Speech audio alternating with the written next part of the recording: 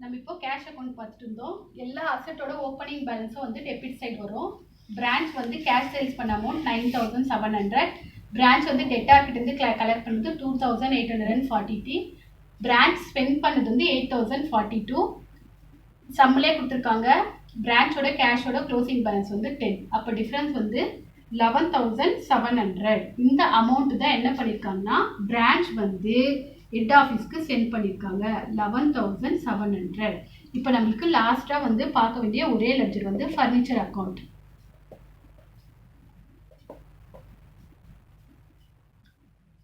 ஃபர்னிச்சரே என்ன அசெட், ஆனால் என்ன asset? Fixed asset.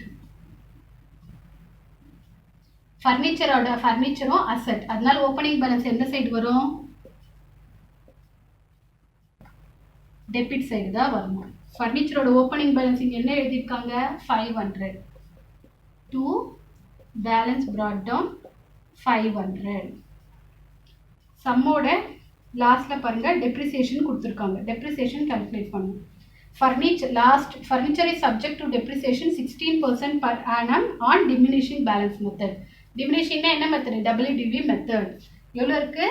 ஃபர்னிச்சரோட opening balance வந்து 500. ஃபர்னிச்சர் அக்கௌண்ட்டில் ஓப்பனிங் வந்து debit side, purchase debit side, suppose ஏதாவது சேல்ஸ் பண்ணால் கிரெடிட் சைட், க்ளோசிங் ஸ்டாக் வந்து கிரெடிட் சைட். டெப்ரிசியேஷன் சேல் பண்ணால் ஃபர்னிச்சர் அக்கௌண்ட்டோட லெட்ஜர் எப்படி புக் பண்ணுன்னா opening debit side, purchase debit side, sales credit side, அதாவது வேறு ஏதாவது டெப்ரிசியேஷன் கிரெடிட் சைட், வேறு ஏதாவது எக்ஸ்பென்ஸ் அலோவ் பண்ணால் கிரெடிட் சைட், சேல் பண்ணி ப்ராஃபிட் வந்தால் டெபிட் சைட், சேல் பண்ணி லாஸ் வந்தால் credit side. Next closing balance. Opening வந்து 500 பை டெப்ரிசியேஷன். நெக்ஸ்ட்டு நம்ம என்ன பண்ணியிருக்கோம்? ஃபர்னிச்சர் வந்து பர்ச்சேஸ் பண்ணியிருக்கோம். எவ்வளோ பர்ச்சேஸ் பண்ணியிருக்கோம்? 1 lakhக்கு வந்து பர்ச்சேஸ் பண்ணியிருக்கோம். டு பேங்க் இங்கே பண்ணியிருக்கோம் பாருங்கள். To purchase bank 100. இப்போ என்னன்னா டெப்ரிசியேஷன் கால்குலேட் பண்ணுறதுல இது எப்போ வந்து நம்ம பர்ச்சேஸ் பண்ணியிருக்கோம் அந்த ஃபர்னிச்சர்னு பார்த்தீங்கன்னா 1 January 2013. இங்கே எல்லாருக்குமே டெப்ரிசியேஷன் கால்குலேட் பண்ணுறது தெரியும்.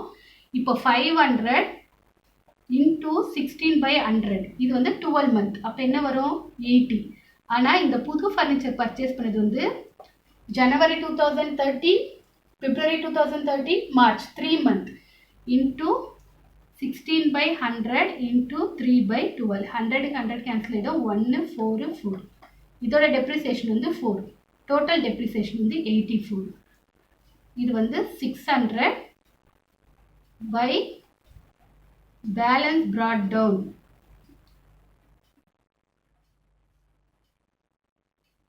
ஃபர்னிச்சரோட க்ளோசிங் வந்து 516. ஃபர்னிச்சரோட டெப்ரிசியேஷன் எவ்வளோனா 16. ஃபர்னிச்சரோட ஓப்பனிங் பேலன்ஸ் பர்ச்சேஸ் 600. டெப்ரிசியேஷன் எவ்வளோ? 16% சொல்லியிருக்காங்க. WDV மெத்தட் சொல்லியிருக்காங்க. 500 இது வந்து 12 மந்த். ஏன்னா ஓப்பனிங் வந்து 1 April 2012 to 31 March 2013. 500 into 16/100 80. ஆனால் நியூ ஃபர்னிச்சர் பர்ச்சேஸ் பண்ணது வந்து பார்த்தீங்கன்னா 1 January 2013. நீங்கள் எப்போவுமே டெப்ரிசியேஷன் கால்குலேட் பண்ணும்போது நியூ பர்ச்சேஸ்க்கு ஃபஸ்ட்டு நீங்கள் வந்து என்ன பண்ணணும்? மந்த்தை செக் பண்ணணும். எந்த மந்த்து பர்ச்சேஸ் பண்ணியிருக்காங்க. 1 January 2013 to நம்ம கால்குலேஷன் பண்ணுறதோட என் மந்த் வந்து 31 March 2013. அப்போ எத்தனை month? January, February, March 3 month. Furniture amount into depreciation into 3/12. அப்போ எவ்வளோ வருது? Depreciation amount 4. ஓப்பனிங்கோட டெப்ரிசியேஷன் வந்து 80 + 4 மொத்தம் வந்து 84 டெப்ரிசியேஷன். பேலன்ஸ் வந்து 516. ஃபர்னிச்சரோட பேலன்ஸ் வந்து 516. கேஷோட பேலன்ஸ் வந்து 10. இப்போது எல்லாம் எடுத்து எழுதியாச்சு. இதில் என்ன ஒன்று பெண்டிங் இருக்குன்னா க்ளோசிங் ஸ்டாக்கோட ரிசர்வ் கண்டுபிடிக்கணும். To stock reserve. ஏன்னா அதுவும் வந்து என்னென்னா இன்வாய்ஸ் ப்ரைஸ். ஸ்டாக் ரிசர்வ் கண்டுபிடிக்கிறதுக்கு என்ன? இன்வாய்ஸ் ப்ரைஸ் எவ்வளோ? Closing stock 1470 into 20/120. 2000 மேபி 245. எவ்வளோ வரும்னா 245. நான் உங்களுக்கு திருப்பி எக்ஸ்பிளைன் பண்ணுறேன் இந்த சம்மு. இதில் என்ன வருதுன்னா ஃபஸ்ட்டு சம்மிலே கொடுத்துருக்காங்க ஓப்பனிங் பேலன்ஸ். கேஷோட ஓப்பனிங் பேலன்ஸ், டெட்டாரோட ஓப்பனிங் பேலன்ஸ், ஸ்டாக்கை வந்து கிளியராக மென்ஷன் பண்ணியிருக்காங்க. இன்வாய்ஸ் ப்ரைஸ் ஃபர்னிச்சர் இன்வாய்ஸ் ப்ரைஸ்ன்னு மென்ஷன் பண்ணவே நம்ம என்ன பண்ணலாம், ஸ்டாக் ரிசர்வ் கண்டுபிடிக்கணும். ஸ்டாக் ரிசர்வ் கண்டுபிடிக்கிறதுக்கு இன்வாய்ஸ் ப்ரைஸ் இன்டூ காஸ்ட் ப்ளஸ்ன்னு சொல்லிட்டு அதிலே கொடுத்துருக்காங்க margin 20%. Invoice price into 20/120 cost plus, அது கண்டுபிடிச்சா 180 ஓப்பனிங் ஸ்டாக்கோட ஸ்டாக் ரிசர்வ். அப்புறமா ஹெச்ஓ வந்து கூட்ஸ் வந்து பிரான்ச்சுக்கு வந்து ஹெட் ஆஃபீஸ் வந்து பிரான்ச்சுக்கு வந்து 1,32 lakhsக்கு குட்ஸ் சென்ட் பண்ணியிருக்காங்க. அந்த அமௌண்ட்டு இதுவும் இன்வாய்ஸ் ப்ரைஸ் தான். அப்போ அதோட லோடிங் அமௌண்ட் கண்டுபிடிக்கணும். அதுக்கு 13,200 இன்டூ 20/120. நெக்ஸ்ட்டு கூட்ஸ் வந்து பிரான்ச் வந்து ஹெட் ஆஃபீஸ்க்கு கூட்ஸ் வந்து ரிட்டர்ன் பண்ணுறாங்க. அது வந்து 72, அதுவும் இன்வாய்ஸ் ப்ரைஸ் தான். அப்போ அந்த லோடிங் வேல்யூ கண்டுபிடிக்கணும். 72 இன்டூ 20/120 12. நெக்ஸ்ட்டு பிரான்ச் வந்து ஃபர்னிச்சர் பர்ச்சேஸ் பண்ணுறாங்க. அந்த அமௌண்ட் வந்து ஹெச்ஓ பே பண்ணுறாங்க. 2 பேங்க் ஃபர்னிச்சர் 100. பிரான்ச்சுக்கு வந்து அவுட்ஸ்டாண்டிங் எக்ஸ்பென்ஸ் பெண்டிங் இருக்குது 6. அதுக்கப்புறமா நம்மளுக்கு வந்து எந்த ஒரு க்ளோசிங் பேலன்ஸும் கொடுக்கல, எல்லாமே நம்ம தான் கண்டுபிடிக்கணும். Debtor account, cash account, stock account, furniture already நான் எக்ஸ்பிளைன் பண்ணிட்டேன் எப்படி கண்டுபிடிச்சதுன்னு. அதோட க்ளோசிங் எழுதிட்டோம். அப்புறம் வந்து பிரான்ச் வந்து கூட்ஸ் வந்து பிரான்ச் வந்து கேஷ் வந்து ஹெச்ஓக்கு சென்ட் பண்ணது வந்து 11,700. இப்போது க்ளோசிங் ஸ்டாக்கோட வேல்யூ இன்வாய்ஸ் ப்ரைஸ் தான். அதனால க்ளோசிங் ஸ்டாக்கோட ஸ்டாக் ரிசர்வ் இங்கே கண்டுபிடிச்சிருக்கோம். இப்போ ரெண்டு சைடும் செக் பண்ணிங்கன்னா அந்த சைடு வந்து 16,000, நம்மளுக்கு வந்து கிரெடிட் சைடு தான் அதிகமாக இருக்குது. எவ்வளோ இருக்குன்னா 16,266 வருதுன்னு நினைக்கிறேன்.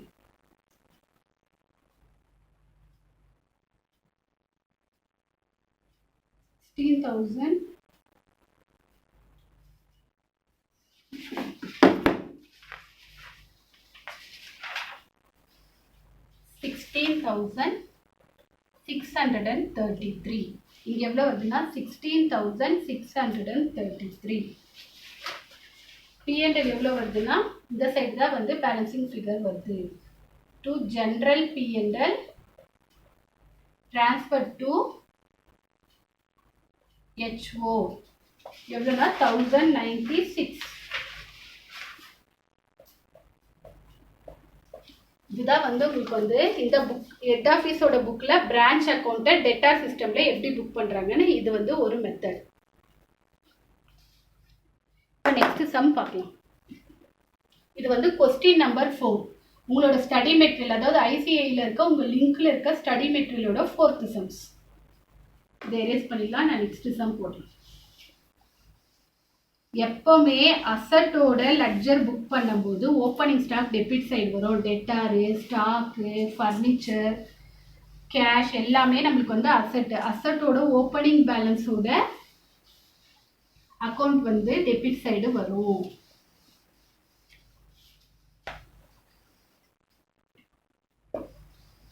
இப்போ 5th கொஸ்டின் பார்க்கலாம்.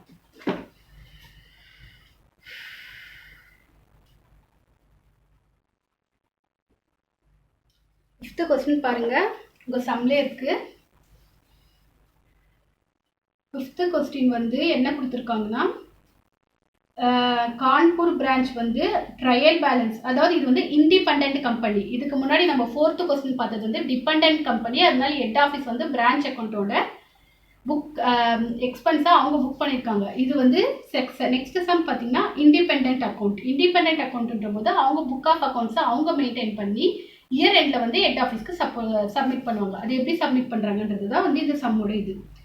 இப்போது ஃபஸ்ட்டு டெபிட் பேலன்ஸ் சொல்லிட்டு furniture, equipment, depreciation, salary, rent, advertising, telephone, postage, sundry office expense, stock, goods received from head office, debtor, cash at bank, carriage inwards எல்லாமே கொடுத்துருக்காங்க.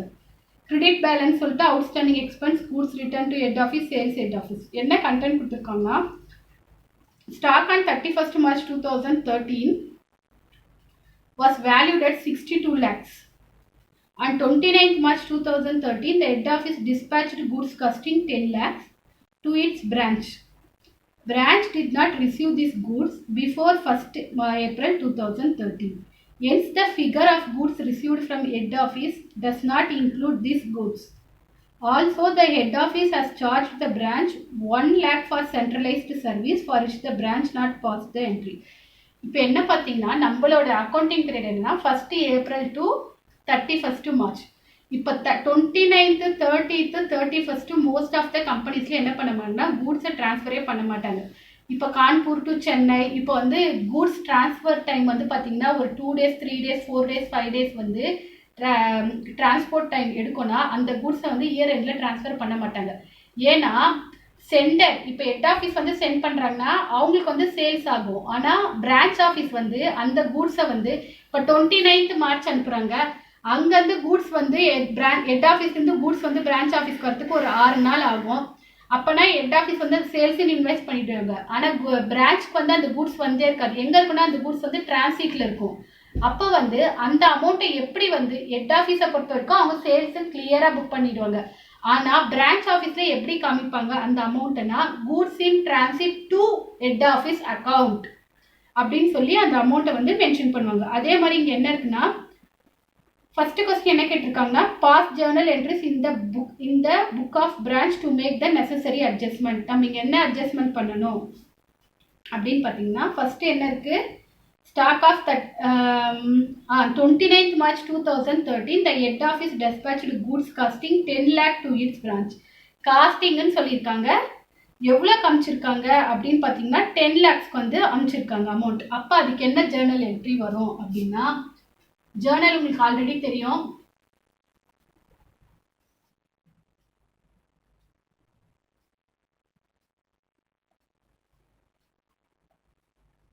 particulars debit credit.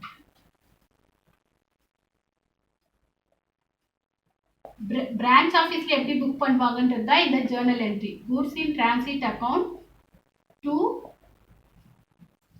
Head office account. ஏன்னா head ஆஃபீஸ்லேருந்து branch ஆஃபீஸ்க்கு அனுப்பிச்சிட்டாங்க. Head ஆஃபீஸை பொறுத்த வரைக்கும் அது sales. Branch ஆஃபீஸில் இன்னும் அந்த கூட்ஸ் ரிசீவ் ஆகலை. அப்போனா அந்த கூட்ஸ் எங்கே இருக்குது, கூட்ஸ் இன் டிரான்சிட்டில் இருக்குது. அந்த அமௌண்ட்டை நம்ம என்னென்னு காமிப்போம்னா goods in transit to head office account. Next அதே மாதிரி நெக்ஸ்ட் என்ன ஒரு அட்ஜஸ்ட்மெண்ட் என்ட்ரி இருக்குன்னா, hence the figure of goods received from head office does not include these goods. Also the head office has charged the branch 1 lakh for centralized service for which the branch has not passed. Same என்ன பண்ணியிருக்காங்கன்னா, ஏதோ ஒரு சர்வீஸ்க்காக ஏதோ ஒரு service head office வந்து branch ஆஃபீஸ்க்கு பண்ணியிருக்காங்க. அந்த சர்வீஸை வந்து ஹெட் ஆஃபீஸ் வந்து பிரான்ச் ஆஃபீஸ்க்கு பில் பண்ணிட்டாங்க. பட் பிரான்ச் ஆஃபீஸ் வந்து அந்த எக்ஸ்பென்ஸ் வந்து என்ன பண்ணல, பில் பண்ணல. பில் பண்ணாதப்ப அது என்னன்னு எழுதுவோம்னா, அந்த எக்ஸ்பென்ஸை வந்து பிரான்ச் ஆஃபீஸ் வந்து புக் பண்ணலை, ஏதோ ஒரு எக்ஸ்பென்ஸை மிஸ் பண்ணிட்டு இருக்காங்க. அப்போ expense account debit to head office account எவ்வளோ, 1 lakh. இதுக்கு என்ன மீனிங், நம்ம இது இப்போ அந்த இயர்ல வந்து அந்த எக்ஸ்பென்ஸ் வந்து புக் பண்ணல, இப்போ வந்து புக் பண்ண போறோம், அவ்வளோதான். லாஸ்ட் இயர் வந்து ஹெட் ஆஃபீஸ் வந்து பிரான்ச் ஆஃபீஸ்க்கு வந்து சர்வீஸ்க்கு வந்து பில் பண்ணியிருக்காங்க. பட் அந்த சர்வீஸ் பில்லை பிரான்ச் ஆஃபீஸ் என்ன பண்ணிட்டு இருக்காங்க, மிஸ் பண்ணிட்டு இருக்காங்க. மிஸ் பண்ணும்போது நெக்ஸ்ட் இயர் என்ன பண்றாங்க, அந்த எக்ஸ்பென்ஸை புக் பண்ணிடுறாங்க. எக்ஸ்பென்ஸ் ஆட்டோமேட்டிக்கலி டெபிட் தான், expense account to head office account. Goods வந்து ஹெட் ஆஃபீஸ் வந்து பிரான்ச் ஆஃபீஸ்க்கு சென்ட் பண்ணிட்டாங்க. பட் வந்து இப்போ டிரான்ஸ்போர்ட் பீரியட் வந்து 6 days 7 days ஆகுதுன்னா, இப்போ இயர் எண்டில் இப்போ 29th 30th 31st ஏதோ ஒரு கூட்ஸ் அனுப்புறாங்கன்னா அது கம்பல்சரி என்ன ஆகாது, அந்த இயர்க்குள்ளே அங்கே ரீச் ஆகாது. அப்போ அது ஆட்டோமேட்டிக்காக 1st April 2nd April 3rd April தான் ரீச் ஆகும். அப்போது என்னென்னு பிரான்ச் ஆஃபீஸில் காமிப்பாங்கன்னா goods in transit account to head office account அப்படின்னு மென்ஷன் பண்ணுவாங்க. இது நெக்ஸ்ட் என்ன பண்ணியிருக்காங்க, final and branch including balance sheet வந்து காமிக்க சொல்லியிருக்காங்க. இப்போ நம்ம பிரான்ச்சோட ட்ரேடிங்கும் P&L அக்கௌண்ட்டும் பேலன்ஸ் ஷீட்டும் பார்ப்போம். Trading and P&L account.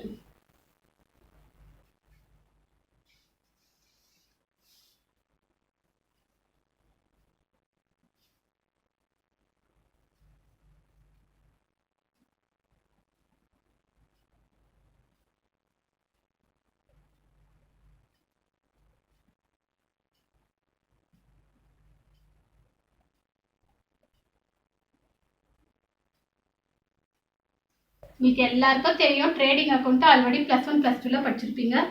Opening stock, purchase, carriage inwards, direct expense in debit side,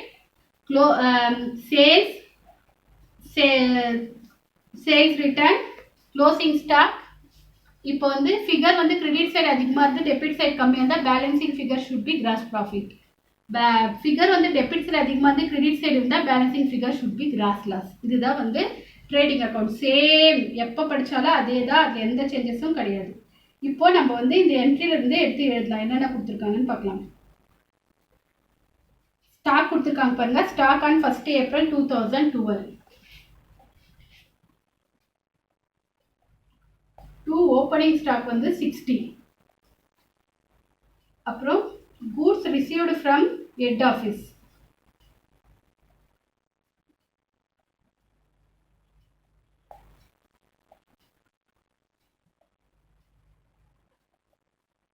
எவ்வளோ 288.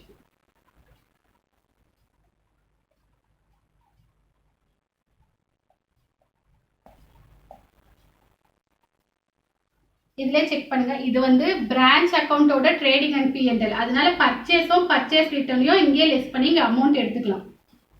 இப்போ goods received from head office வந்து 288. Goods return to head office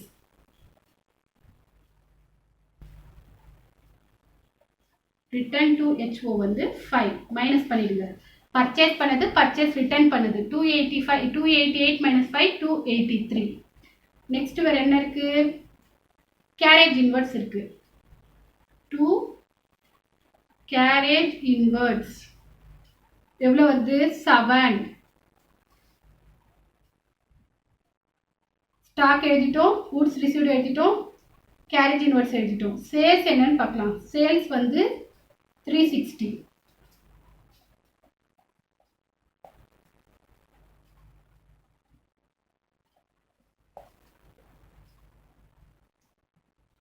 அதே மாதிரி சேல்ஸ் ரிட்டர்ன் எதுவும் இல்லை. சேல்ஸ் ரிட்டர்ன் ஏதாவது இருக்கா? இல்லை. க்ளோசிங் ஸ்டாக் இருக்கு. By closing stock. Closing stock எவ்வளோ? 62. இப்போ ரெண்டு சைடும் டேலி பண்ணி பார்க்கலாம் எது ஹையஸ்டா இருக்கு. இது வந்து 422. இது வந்து பார்த்தீங்கன்னா கம்மியாக தான் இருக்குது. 422.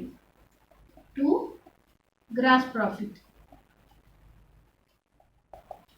72. Trading and P&L normal format. Opening stock purchase less purchase return 2 carriage inwards. Opposite side sales less sales return closing stock. Sales வந்து 360, க்ளோசிங் ஸ்டாக் வந்து 62, ஓப்பனிங் ஸ்டாக் 60. கூட்ஸ் வந்து HO கிட்ட இருந்து பர்ச்சேஸ் பண்ணது வந்து 288. கூட்ஸ் ரிட்டர்ன் டு HO வந்து goods return to HO வந்து 5. 288 minus 5 283. Garage inverse வந்து 7. கிராஸ் ப்ராஃபிட் வந்து 72. இப்போ நம்ம வந்து P&L வந்து ட்ரேடிங் அக்கௌண்ட். இப்போ வந்து P&L அக்கௌண்ட் பார்க்கணும். இங்கே என்ன வரும்? கிராஸ் ப்ராஃபிட் இங்கே ட்ரான்ஸ்ஃபர் ஆகும். பை கிராஸ் ப்ராஃபிட் எவ்வளோ வருது? Gross profit balance brought down பண்ணால் 72. என்னென்ன எக்ஸ்பென்சஸ் இருக்கு?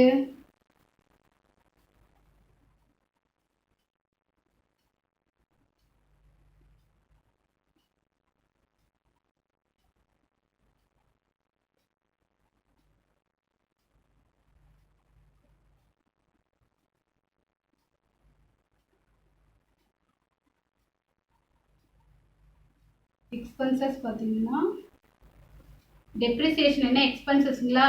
2 டெப்ரிசியேஷன் ஆன் ஃபர்னிச்சர். டெப்ரிசியேஷன் என்ன எக்ஸ்பென்ஸ்? டைரக்டா இன்டைரக்ட் எக்ஸ்பென்ஸா? Indirect expense. Depreciation on furniture 2 salary indirect expense 225. 2 rent வந்து 10. 2 advertising 6. telephone and 2 telephone and postage 3. 2 sundry office expense 1. next stock good received இது இருக்கு. அப்புறம் நம்ம இங்க ஒரு new head office expense book பண்ணிருக்கோம். ஆல்ரெடி மிஸ் பண்ணிட்டோம். இப்போ அதை ஆட் பண்றோம். ஏன்னா இங்க வந்து புக் பண்ணாம இருந்தோம். அது வந்து நம்ம ஜர்னல் வந்து ரெக்டிஃபை பண்ணிருக்கோம். 2 ஹெட் ஆஃபீஸ் எக்ஸ்பென்ஸ் 1. எல்லா இன்டைரக்ட் எக்ஸ்பென்சஸ். இங்க எதுவுமே டைரக்ட் எக்ஸ்பென்சஸ் இல்லை. எல்லாமே இன்டைரக்ட் எக்ஸ்பென்சஸ் தான். Depreciation, salary, rent, advertisement, telephone, sundry office expenses, head office expenses. எந்த சைடு அதிகமாக வருதுன்னு பார்க்கலாம். இது எவ்வளோ வருது? 10, 11,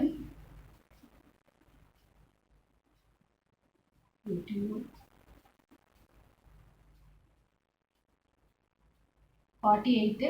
இப்போ 48 minus 72 நெட் ப்ராஃபிட் வந்து 24. எவ்வளோ வருது நெட் ப்ராஃபிட்டு? 24. இது வந்து பிரான்ச்சோட ட்ரேடிங். இது வந்து உங்கள் கொஸ்டின் நம்பர் 5. இங்கே உங்கள் ஸ்டடி மெட்டீரியல் இருக்குது பாருங்கள். ஐசிஐ லிங்க்கில் இருக்க ஸ்டடி மெட்டீரியல் இருக்க 5th கொஸ்டின். இதில் ஃபஸ்ட்டு நம்ம என்ன பார்த்துருக்கோன்னா 2 ஜேர்னல் என்ட்ரி வந்து நம்ம வந்து பாஸ் பண்ண வேண்டியது இருக்குது. Adjustment entry. ஒன்று என்னென்னா கூட்ஸ் வந்து ஹெட் ஆஃபீஸ் அனுப்பிச்சிட்டாங்க, பட் பிரான்ச்சில் வந்து ரிசீவ் பண்ணல. அது வந்து நம்ம என்னென்னு பண்ணால் goods in transit to head office. Next வந்து ஹெட் ஆஃபீஸ் வந்து பிரான்ச் ஆஃபீஸ்க்கு ஒரு எக்ஸ்பென்சஸ் வந்து இன்வைஸ் பண்ணியிருக்காங்க, பட் பிரான்ச் வந்து அது புக் பண்ணுறதுக்கு மிஸ் பண்ணிட்டு இருக்காங்க. அதை இப்போ புக் பண்ணுறாங்க. என்ன புக் பண்ணுறாங்க? Expenses account to head office account. அப்புறம் பிரான்ச் வந்து இண்டிபெண்ட் அவங்களோட ட்ரேடிங் அக்கௌண்ட்டை அவங்களே க்ரியேட் பண்ணி ஹெட் ஆஃபீஸ்க்கு சென்ட் பண்ணுறாங்க. நம்ம 4th கொஸ்டின் பார்த்தோம் இல்லை, இதுக்கு முன்னாடி கொஸ்டின். அது வந்து கொஸ்டின் நம்பர் 4 இந்த ஸ்டடி மெட்டீரியல். அது வந்து டிபெண்ட் கம்பெனி எல்லா எக்ஸ்பென்சஸுமே ஹெட் ஆஃபீஸ் வந்து புக் பண்ணுறாங்க. இது வந்து இண்டிபெண்ட் கம்பெனி, அதனால பிரான்ச்சே வந்து அவங்க வந்து ட்ரேடிங் அண்ட் பிஎன்எல் பார்க்குறாங்க. இதில் என்னென்ன ட்ரேடிங்க்கு என்ன நார்மல் ஃபார்மேட் +1 +2 படிச்சிருக்கீங்க. Opening stock, purchase, less purchase return, carriage inwards, direct expenses. இந்த பக்கம் sales, less sales return, closing stock. இப்போ கிராஸ் ப்ராஃபிட் வந்து பார்த்தீங்கன்னா இப்போ இந்த சைடு வந்து பார்த்தீங்கன்னா 422 வருது. இந்த சைடு லெஸ்ஸாக இருக்குது, அதனால் பேலன்ஸ் ஈக்குவல் வந்து 72. கிராஸ் ப்ராஃபிட் இந்த பக்கம் ட்ரான்ஸ்ஃபர் பண்ணுறோம். எக்ஸ்பென்ஸ் எல்லாம் இருக்குது, அதெல்லாம் புக் பண்ணி நெட் ப்ராஃபிட் வந்து 24 வருது. இப்போ இதில் என்ன சொல்லியிருக்காங்க?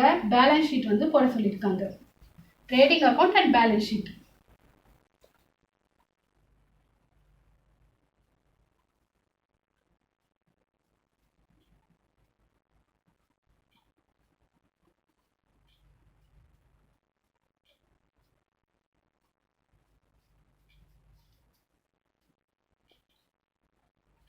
Liabilities, assets.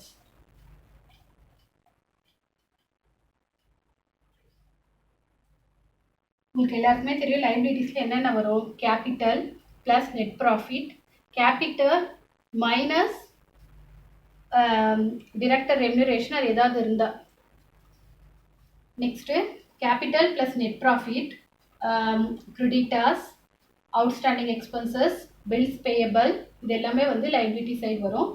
அசட் சைடு என்ன வரும்னா ஃபிக்ஸ்டு அசட்ஸ், கரண்ட் அசட்ஸ், அது வரும். 2 சைடு வந்து அமௌண்ட் வந்து நம்மளுக்கு டேலி ஆகணும். அதுதான் வந்து பேலன்ஸ் ஷீட். இதில் கேபிட்டலில் எதுவுமே கொடுக்கல, கேபிட்டல் இன்வெஸ்ட்மெண்ட் எதுவுமே இதில் கொடுக்கல. இதில் டைரெக்டாக என்ன இருக்குது? நம்மளுக்கு நெட் ப்ராஃபிட் இருக்குது. ஹெட் ஆஃபீஸ் ஏதாவது இன்வெஸ்ட் பண்ணியிருக்காங்களா? கிரெடிட் பேலன்ஸ் சொல்லிட்டு அவங்களே சம்மில் கொடுத்துருக்காங்க. Outstanding expenses, goods return already நம்ம இங்கே புக் பண்ணியாச்சு. சேல்ஸ் வந்து ட்ரேடிங் அக்கௌண்ட்டில் வரும், கூட்ஸ் ரிட்டர்ன் வந்து ட்ரேடிங் அக்கௌண்ட்டில் வரும். இதில் இருக்கிறதுல வந்து என்ன வந்து பேலன்ஸ் ஷீட்டில் வரும்னா ஹெச்ஓ வந்து 80 வந்து இன்வெஸ்ட் பண்ணியிருக்காங்க, கிரெடிட் பேலன்ஸ். ஆட் வந்து கூட்ஸ் இன் டிரான்சிட், நம்ம இங்கே தான் வந்து கூட்ஸ் இன் டிரான்சிட்டை ஆட் பண்ணணும் 10. அப்புறம் நம்ம இங்கே என்னென்ன மிஸ் பண்ணிட்டோம்? கூட்ஸ் இன் டிரான்சிட் மிஸ் பண்ணிட்டோம். அப்புறம் ஹெட் ஆஃபீஸ்க்கு கொடுக்க வேண்டிய இந்த எக்ஸ்பென்ஸ் வந்து மிஸ் பண்ணிட்டோம். ஆட் வந்து ஹெச்ஓ எக்ஸ்பென்சஸ். எது மிஸ் பண்ணுமோ அது வந்து நம்ம வந்து என்ன ஹெட் ஆஃபீஸ்க்கு வந்து கூட்ஸ் வாங்கியிருக்கோம், இது நம்ம liability, we need to pay. Head ஆஃபீஸ்க்கு வந்து எக்ஸ்பென்சஸ் வந்து அவங்க நம்மளுக்காக ஸ்பெண்ட் பண்ணியிருக்காங்க, அந்த எக்ஸ்பென்சஸ் வந்து நம்ம வந்து பேர் பண்ணணும். இதெல்லாம் வந்து நம்ம வந்து ஆல்ரெடி கிரெடிட் பேலன்ஸ். ஹெச்ஓக்கு நம்ம ஆல்ரெடி 80 வந்து லையபிளாக இருக்கும், ப்ளஸ் வந்து கூட்ஸ் இன் டிரான்சிட் 10, ப்ளஸ் வந்து எக்ஸ்பென்சஸ் வந்து 1. Add net profit. Net profit எவ்வளோ? 24.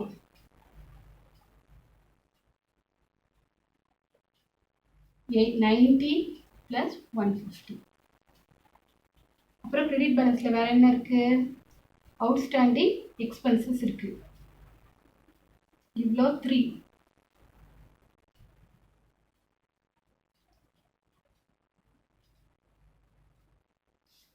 டெபிட் சைடில் என்னென்ன கொடுத்துருக்காங்க? ஃபர்னிச்சர் அண்ட் எக்யூப்மெண்ட்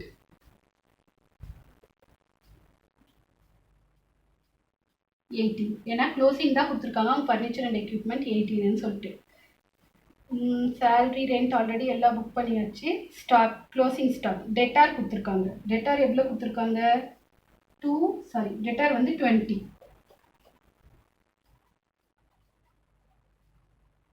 அப்புறம் ஸ்டாக் கொடுத்துருக்காங்க. ஸ்டாக் வந்து எவ்வளோ இருக்குது? 62.